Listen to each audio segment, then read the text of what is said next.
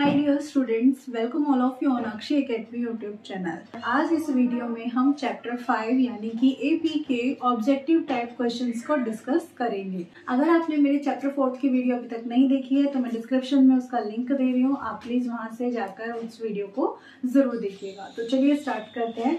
इसमें हमारे पास question number 1 को देखते हैं। सबसे पहले 11th term of the AP is. आपको यहाँ पे आप बच्चे देख सकते हैं कि एक एपी दी हुई है और वो एपी क्या है, -3, -12, 2 एंड सो ऑन। और इसकी 11th टर्म यानी कि A11 आपको यहाँ पे फाइंड आउट करना है। तो आप जानते हैं A11 के लिए आपको यहाँ पर क्या चाहिए, फॉर्मूला A + 10D। तो आपको A की वैल्यू चाहिए मतलब फर्स्ट टर्म, और D चाहिए जो कि सार्वंतर है। तो हम यहाँ से देख सकते हैं कि हमारे पास A की वैल्यू तो गिवन है और वो क्या है, -3। पहला पद हमारा यही है। और हम D के लिए सेकंड टर्म यानी कि -1/2 में से -3 को जब माइनस करते हैं तो ये -1/2 माइनस माइनस प्लस हो गया है। और ये 2 -1, 2 को 3 से मल्टीप्लाई किया 6, और ये हमें कितनी मिलती है, 5/2 यहाँ पे मिल रहा है। ठीक है, तो आप इसमें अप्लाई कर दीजिए जो भी वैल्यूज है। A जो कि -3 + 10 × D, और D हमारे पास कितना मिल रहा है, 5/2। तो ये हम यहाँ पे रख देते हैं। ठीक है, अब आप इसे सॉल्व करेंगे और इसको सॉल्व करने के लिए आप देख रहे हैं कि ये मल्टीप्लाई हो रहा है। तो यहाँ पे 2 से 2 1 जा 2, 2 5 जा 10, कैंसिल हो गया। -3 + 5 × 5 यानी कि -3 + 25, और ये हमें मिला कितना, 22। तो 22 हम देखते हैं यहाँ पे बी ऑप्शन जो है वो हमारा यहाँ पे आंसर हो जाता है। ठीक है, तो इसके बाद अब आप देखिए सेकंड क्वेश्चन। सेकंड क्वेश्चन में क्या कॉन्सेप्ट है, in an AP if D = -4, N = 7 and AN = 4। ठीक है, तो आपको क्या कैलकुलेट करने के लिए बोल रहे हैं, A यानी कि पहला पद ज्ञात करो। तो आप यहाँ पर देखोगे कि आपके पास जो भी वैल्यूज दी हुई है, जैसे कि D, N और AN, ये तीनों वैल्यूज दी हुई है। तो इन वैल्यूज में फॉर्मूला किसका बन रहा है, तो यहाँ पे सिंपल सा लॉजिक है, AN का ही फॉर्मूला बनेगा। तो हम जानते हैं कि AN हमारे पास क्या होता है। हम यहाँ देखेंगे हमारे पास किस किस की वैल्यू है। तो आप यहाँ पे देखो D की वैल्यू -4 है, N 7 और AN है हमारे पास 4। तो हम एज इट इज अप्लाई कर देते हैं। ठीक है, D कितना है, -4। अब आप सोल्व करेंगे, ये 4 = A + 7 - 1 हो गया 6, और ये -4 से मल्टीप्लाई हो रहा है। -4 से मल्टीप्लाई होगा तो -24 आपको मिलेगा। तो यहाँ पे जब आप A कैलकुलेट करेंगे तो 24 को इस तरफ शिफ्ट कर देंगे, तो 4 + 24 that is equal to 28। Okay, so 28 that means it is D option. ठीक है, ये हमारा D हो गया है। तो आप बच्चे ये दोनों क्वेश्चन नोट कर लीजिए। इसके बाद हम नेक्स्ट क्वेश्चन जो है वो लेते हैं। नंबर 3 है, और इसमें देखिए which term of the AP, और एपी क्या है, 21, 42, 63 एंड 84, 21, 42, 63, 84 एंड सो ऑन। तो ये कह रहे हैं कि इस एपी का कौन सा टर्म 210 है। तो आपको बताना है कि ये जो टर्म है, सपोज कर लिया हमने AN है, तो ये कौन सा टर्म है, दैट मीन्स N की वैल्यू यहाँ पर क्या है। तो सिंपल सा कॉन्सेप्ट है, वही कॉन्सेप्ट जो हर बार यूज करते चल रहे हैं, AN that is equal to A + N - 1 × D। ठीक है, इसी को यहाँ पर लेना है। अब आप देखो आपके पास किस किस की वैल्यू, आपने देखा कि AN तो हमारे पास 210 है, हमने इसको AN सपोज कर लिया है क्योंकि हमें N कैलकुलेट करना है। A first term and this is equal to 21, और D हमारे पास कॉमन डिफरेंस, तो हमने उसके लिए सेकेंड टर्म में से फर्स्ट टर्म को माइनस करके देख लिया। 42 में से 21 को माइनस करेंगे तो 21 मिलेगा। अब ये सारी वैल्यूज हम इसमें अप्लाई कर देते हैं। AN के लिए 210 इज इक्वल टू A जो कि 21 है प्लस N, यही तो हमें कैलकुलेट करना है, इंटू D 21। ठीक है, अब आप इसे सॉल्व करेंगे, N आपको चाहिए, तो हम 1 बाय 1 सबको इस तरफ शिफ्ट करते हुए चलते हैं। ये 21 यहाँ पे प्लस में है, यहाँ आएगा माइनस हो जाएगा। तो 210 - 21 इज इक्वल टू N - 1, और यहाँ पे ये किससे मल्टीप्लाई हो रहा है, 21 से। ठीक है, 210 में से यहाँ पे इसको माइनस किया, 10 - 1 हो गया 9, और ये 20 - 2 हो गया 18 इज इक्वल टू N - 1। ये मल्टीप्लाई में है तो ये डिवीजन में आ जाएगा, सो इट इज ओके। और 21 से ये 9 टाइम कैंसिल हो जाएगा। तो बच्चे हम देख रहे हैं कि हमारे पास n-1 कितना मिला, 9। तो n कितना हो जाएगा, 1 + 9 and that is equal to 10। सो 10th टर्म, जो 10th नंबर का टर्म है वो हमारे पास कितना हो जाएगा, 210। क्लियर, समझ में आया। देखो कॉन्सेप्ट सिर्फ एक ही चल रहा है अभी तक जो हम लेकर चल रहे हैं, nth टर्म वाला, an = a + n-1 × d। कहीं पर an दे दिया है, a दे दिया है, d दे दिया, n पूछ लिया, या फिर कहीं पर ये तीनों वैल्यूज दे दी है, an पूछ लिया। मतलब यहाँ पे ये जो फॉर्मूला है ये 4 वैल्यूज से मिलकर बन रहा है, an, a, n और d। तो इन चारों में से कोई 3 दे रखे होते हैं और एक हमें कैलकुलेट करना है। ओके, सो नेक्स्ट क्वेश्चन ले लेते हैं, question number 4। The fourth term from the end of AP -11 -8 -5। आपको ये एक AP दी हुई है, ठीक है, और ये एंड हो रही है कहाँ पे, 49 पे। इस AP में आपको कैलकुलेट करना है fourth term from the end of the AP, यानी कि जहां पे आपकी टर्म AP ये एड, जहां पे आपकी AP एंड हो रही है उस वहां से हमें स्टार्ट करना है। अगर हम यहाँ से स्टार्ट करेंगे तो ये फर्स्ट टर्म, ऐसे यहाँ पे कोई ना कोई टर्म आएगी, वो सेकेंड टर्म होगी, फिर उसके बाद थर्ड टर्म होगी और फिर फोर्थ टर्म होगी। तो हमें ये जो फोर्थ नंबर का टर्म है ये हमें यहाँ पे कैलकुलेट करना है। तो बच्चे आप देखो यहाँ पे फर्स्ट टर्म हमारे पास क्या है, -11।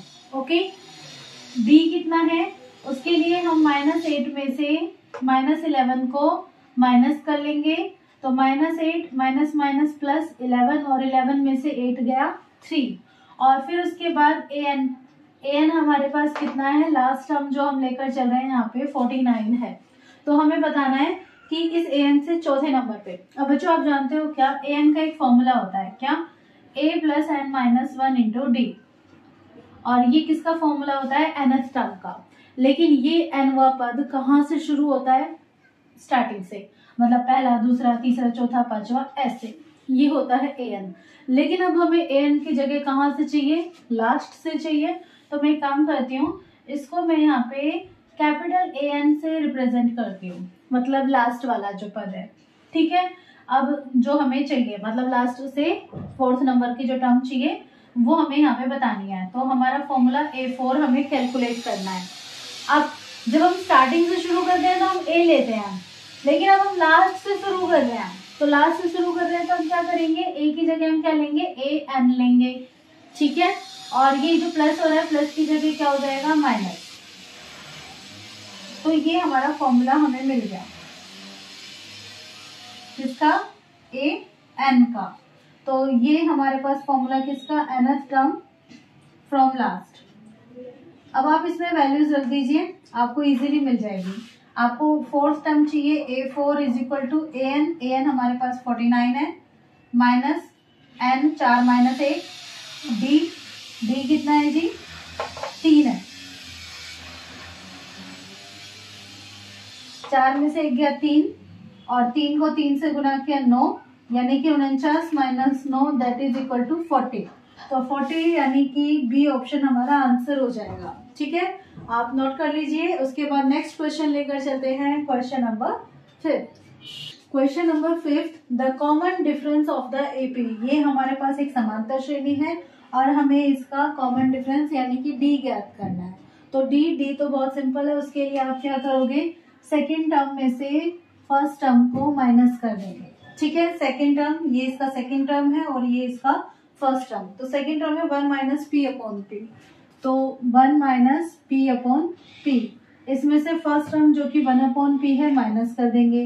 दोनों में ही p आ रहा है तो एलसीएम ले लिया, यहाँ पे 1 - p और ये -1, 1 से 1 कैंसिल, तो -p/p मिला, p से p कैंसिल, तो -1 हमारा फाइनली आंसर आया, ठीक है। तो इसके ऑप्शन मैंने नहीं लिखे हैं, सॉरी आई फॉरगॉट, मैं अभी लिख देती हूँ यहाँ पे।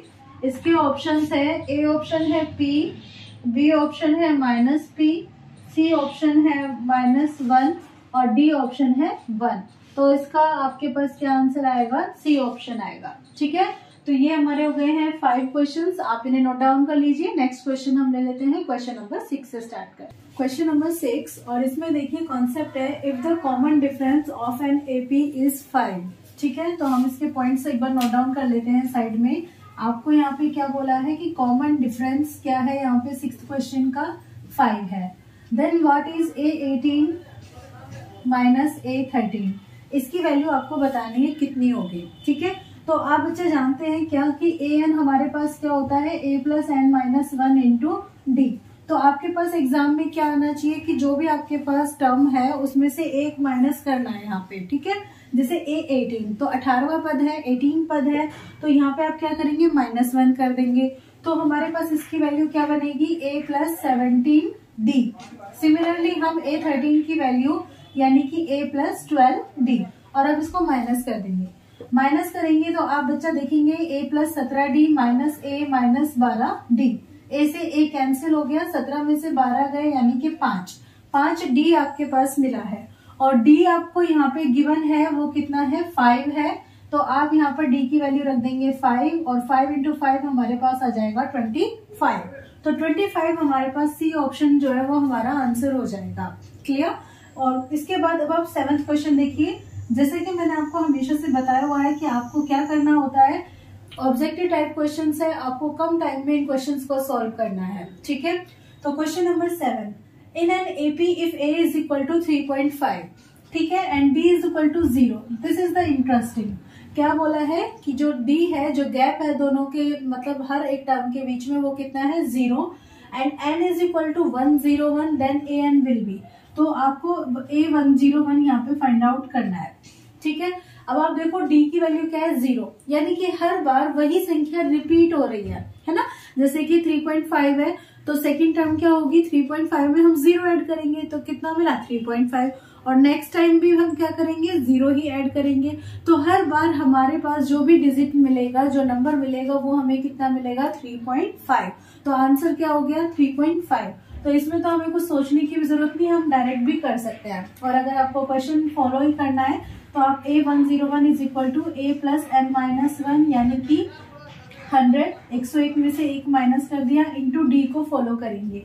ठीक है, a आपके पास 3.5 है, 100 और d की वैल्यू 0, तो ये 0 के साथ मल्टीप्लाई हो रहा है तो 0 हो जाएगा, और फाइनल वैल्यू आपको क्या मिलेगी 3.5 एज आई सेड। ठीक है, तो ये हो गया क्वेश्चन नंबर 7। अब आप देखिए क्वेश्चन नंबर 8। क्वेश्चन नंबर 8 का कॉन्सेप्ट देखो, if the second term of an AP is 13, second term, ठीक है, A2 की वैल्यू आपके पास कितनी है 13 है। तो यहाँ से आपको कॉन्सेप्ट मिलता है कि a प्लस डी हमारे पास कितना हो गया जी 13 हो गया। Okay, next, and the fifth term is 25। Fifth term हमारे पास है 25, और फिफ्थ टर्म है तो हम कह सकते हैं a प्लस 4d, और ये हो गया 25। Then what is its seventh term, हमें सेवंथ टर्म फाइंड आउट करनी है। सेवंथ टर्म के लिए यानी कि a प्लस 6d कैलकुलेट करना है, तो a भी चाहिए और d भी चाहिए, और ये दोनों पॉइंट्स हैं। अब आप देख सकते हैं कि ये आपका चैप्टर 3 जो है रैखिक समीकरण, लीनियर इक्वेशंस, उसकी तरह आपके पास ये हो गया है। ठीक है, तो आप यहाँ पे एलिमिनेशन मेथड यानी कि विलोपन विधि का प्रयोग कर सकते हैं। उसके लिए आप यहाँ पे इक्वेशन 2 में से इक्वेशन 1 को सब्ट्रैक्ट कर दीजिए। तो इक्वेशन 2 है a plus 4d equals to 25, और ये है a plus d equals to 13। Minus करेंगे यानी कि सब्ट्रैक्शन करेंगे तो a कैंसिल होगा, 4 माइनस 1 हो गया है 3d इज इक्वल टू, ये हमारे पास मिलेगा 12। तो आपके पास यहाँ से d की वैल्यू आ जाती है कितना 12/3, and that is equal to 4। Okay, अब आप एक काम कर सकते हैं, इस d की वैल्यू को इक्वेशन 1 या 2 किसी में भी रख दीजिए। हम इक्वेशन 1 में रख रहे हैं तो हमारे पास a प्लस d की जगह हमने यहाँ पे क्या रखा है, d की वैल्यू जो मिल रही है 4 इक्वल्स टू 13। तो a आपको कितना मिल जाएगा 13 माइनस 4 यानी कि 9। a की भी वैल्यू अब आपको मिल गई है। अब आपके पास क्या बचा है, इट्स सेवंथ टर्म, आपको सेवंथ टर्म कैलकुलेट करनी है। तो मैं इसके बाद यहाँ कर देती हूँ, आप यहाँ से नोट कर लेना, a7 and that is equal to a plus 6d। a7 के लिए a की वैल्यू हमारे पास 9 है, प्लस 6 इंटू डी, और डी हमारे पास 4 आया है, ठीक है। तो 9 + 24 and that is equal to 33।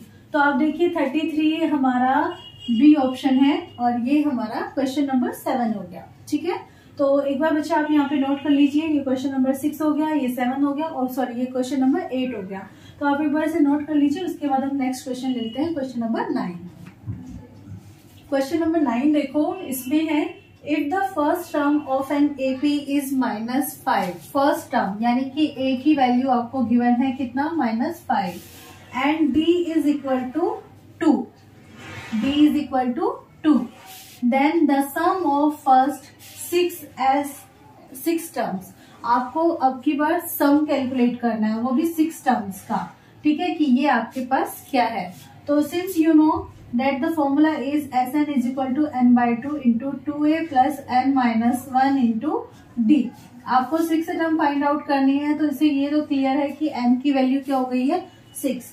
आप वैल्यूज अप्लाई कर दीजिए, S6 this is equal to 6/2 into 2a, a की जगह हमारे पास -5 प्लस n-1 यानी कि 6-1 इंटू d, और d हमारे पास कितना है 2, ब्रैकेट क्लोज। ये S6 हमारे पास वैल्यू कैलकुलेट करनी है, 2 से ये 3 टाइम कैंसिल, 2 को -5 से मल्टीप्लाई किया -10 प्लस 6-1 हो गया 5 इंटू 2।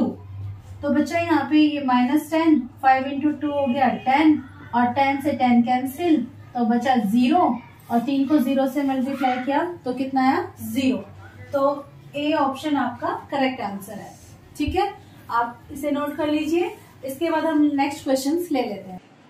क्वेश्चन नंबर 10 में कॉन्सेप्ट है the sum of first 16 terms of the AP, यानी कि आपको यहाँ पर सम कैलकुलेट करना है 16 टर्म्स का, S16 आपको यहाँ पे कैलकुलेट करना है, ठीक है, कि ये आपके पास क्या है। और आपको एपी दी हुई है 10, 6, 2 एंड सो ऑन। तो बच्चा यहाँ पर S16 है ना, तो आपको ये फॉर्मूला दिमाग में आना चाहिए, Sn is equal to n/2 into 2a plus n-1 into d. और इसके लिए जिस जिसकी जरूरत चाहिए वो हम यहाँ पर देख लेंगे, ठीक है। तो आपको सबसे पहले तो S16 16 पद है यानी कि 16/2 इंटू 2a। ए आप देखो ये फर्स्ट टर्म इसका कितना है 10 है, सबसे पहले जो है वो कितना है 10 प्लस n जो कि 16 है माइनस डी, ये डी देखो, डी के लिए आप सेकेंड टर्म यानी कि 6 में से 10 को माइनस कर दीजिए, -4 आएगा, ये हमारे पास डी हो गया है। अब हमने सबकी वैल्यूज रख दी है, बस अब हमें कैलकुलेशन करनी है, और कैलकुलेशन के लिए हम सबसे पहले ब्रैकेट को सॉल्व करेंगे। 16/2 तो 8 हो गया हमारे पास, 2 को 10 से मल्टीप्लाई किया 20, 16 माइनस 1 हमारे पास 15, और ये 15 मल्टीप्लाई होगा -4 से, 20 माइनस हो गया 60,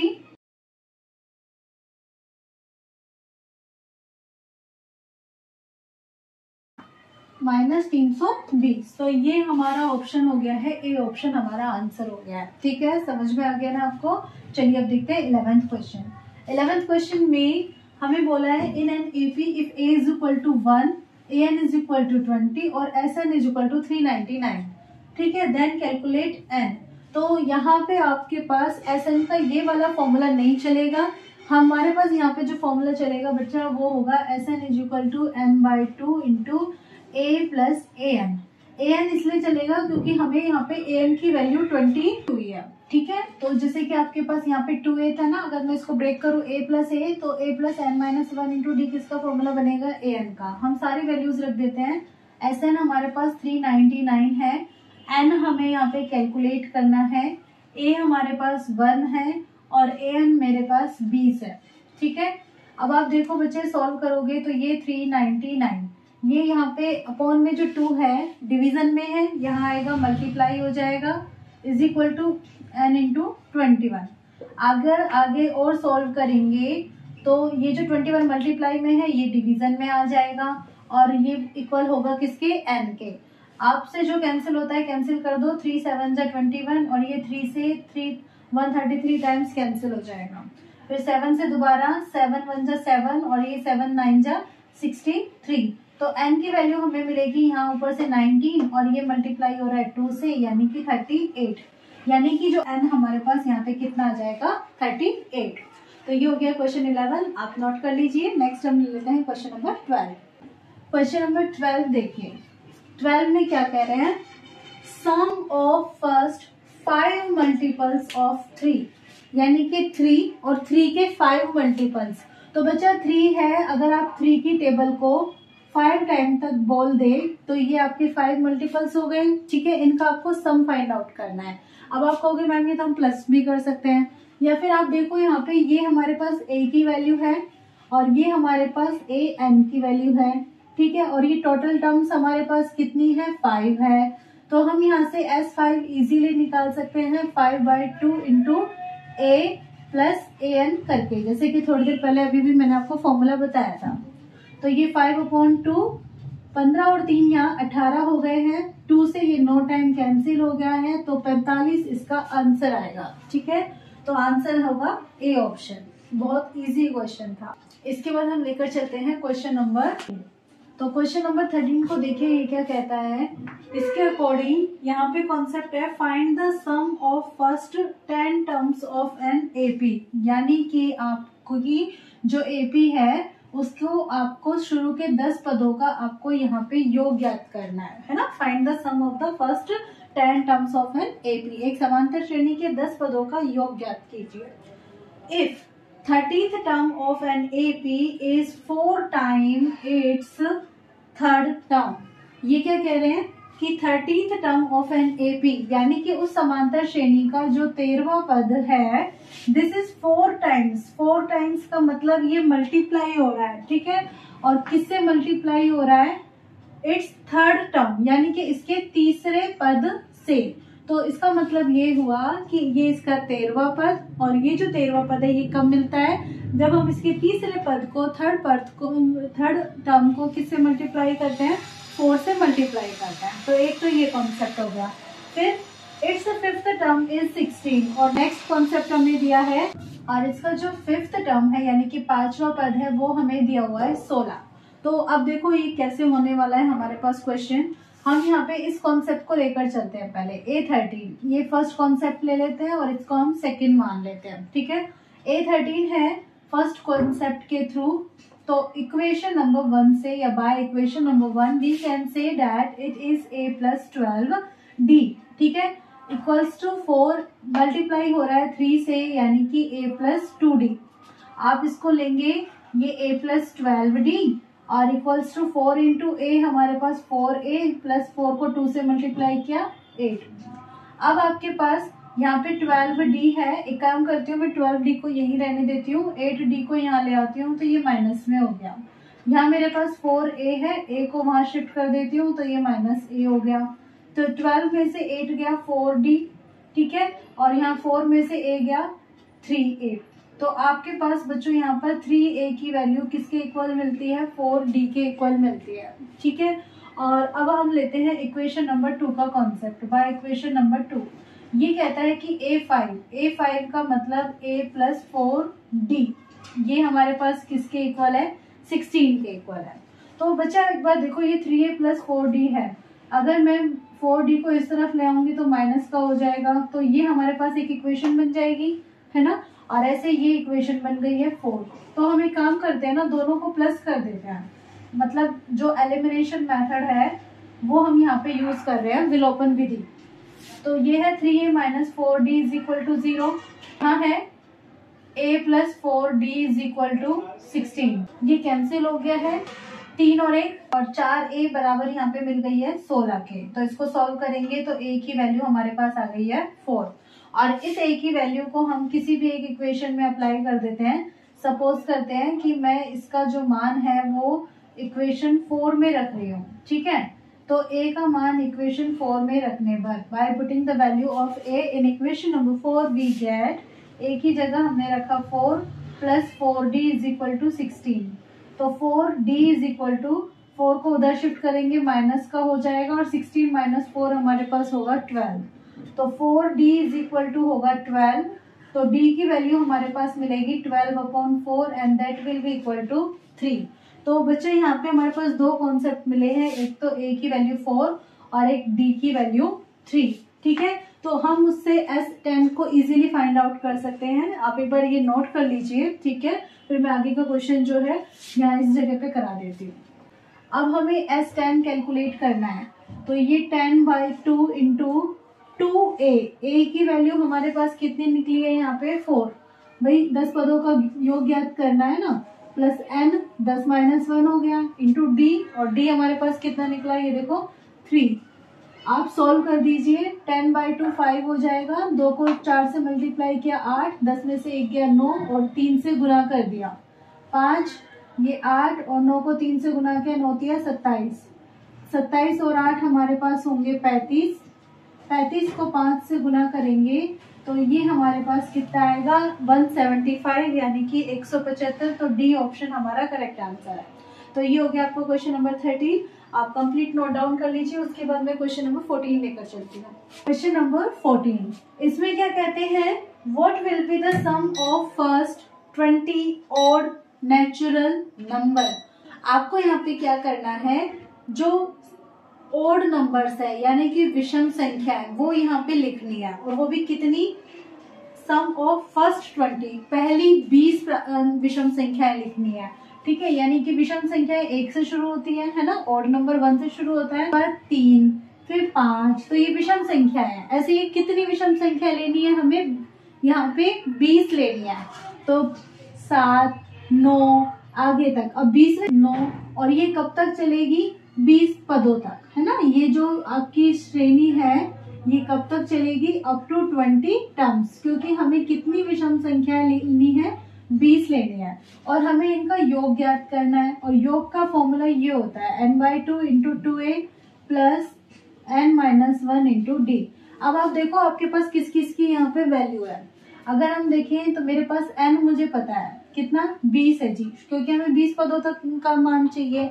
फिर उसके बाद a मेरे पास 1 है, और d मेरे पास 3 में से 1 को घटाया यानी कि 2 आया। वैल्यूज अप्लाई कर दीजिए S20 के लिए, 20/2 इंटू 2a, और a हमारे पास कितना है 1, तो 2 से मल्टीप्लाई होगा 1 प्लस n यानी कि 20 - 1 इंटू d यानी कि 2।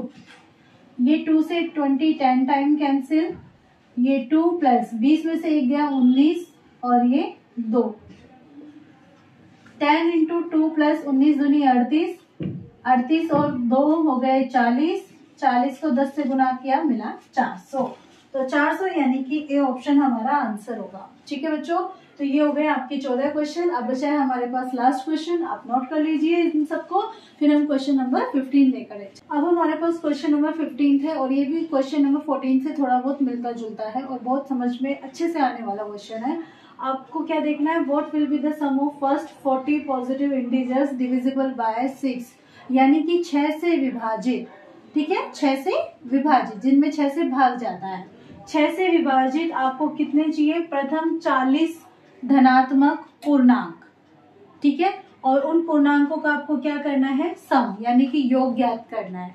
तो 6 से विभाजित है यानी कि 6 की टेबल में आएंगे, 6 12 18 24 और आगे तक, और कितने चाहिए आपको, फर्स्ट 40 यानी कि 40 पदों तक आपको ये चाहिए, यानी कि 6 की टेबल आपको 40 बार तक यहाँ पे बोलनी है और इनका योग ज्ञात करना है। तो S6 आपको यहाँ पे S40 आपको यहाँ पे कैलकुलेट करना है। तो आप देखो प्रथम पद क्या है हमारे पास 6, D कितना है जी, 12 में से 6 को घटा के देखा 6 ही आया, N हमें 40 संख्याएं हैं जिनका योग ज्ञात करना है, तो N हो गया 40। अब आप SN के फॉर्मूले में वैल्यूज अप्लाई कर देंगे। ये फॉर्मूला आपको बिल्कुल याद रहना चाहिए, कोई दिक्कत नहीं होनी चाहिए इस फॉर्मूले में। आपको S40 कैलकुलेट करना है, तो N की जगह रखा 40 इंटू 2, A की जगह 6, N हो गया 40 माइनस 1 और D हमारे पास 6, 40/2 हमारे पास 20 हो जाता है, 2 को 6 से गुना करेंगे तो 12 आता है, 40 में से 1 जाएगा 39 होता है और ये 6 से गुना हो जाएगा, 20 गुना 12 प्लस 6 को 9 से गुना किया, 54 का 4 कैरी हो गई 5, 6 18 और 5 23, ठीक है। 20 को मल्टीप्लाई किया इससे, तो ये हमारे पास हो गया है 2 4 6, मल्टीप्लाई कर दीजिए 0, 2 को 6 से किया 2 6 जा 12, 2 4 जा 8 और 1 और फिर 2 2 जा 4, 4920। दैट मीन्स सी ऑप्शन, ये हमारा आंसर हो गया है। और यहाँ पे हमारी ये वीडियो जो है वो कंप्लीट भी होती है। हम यहाँ पे 15 ऑब्जेक्टिव टाइप क्वेश्चंस को डिस्कस कर चुके हैं। अब हम नेक्स्ट वीडियो में मिलेंगे इसके लिए, इस चैप्टर के लिए केस स्टडी बेस्ड क्वेश्चंस के साथ। तब तक के लिए बाय बाय, टाटा। अगर वीडियो अच्छी लगे तो लाइक कमेंट करना मत भूलिएगा और चैनल को सब्सक्राइब जरूर कीजिएगा।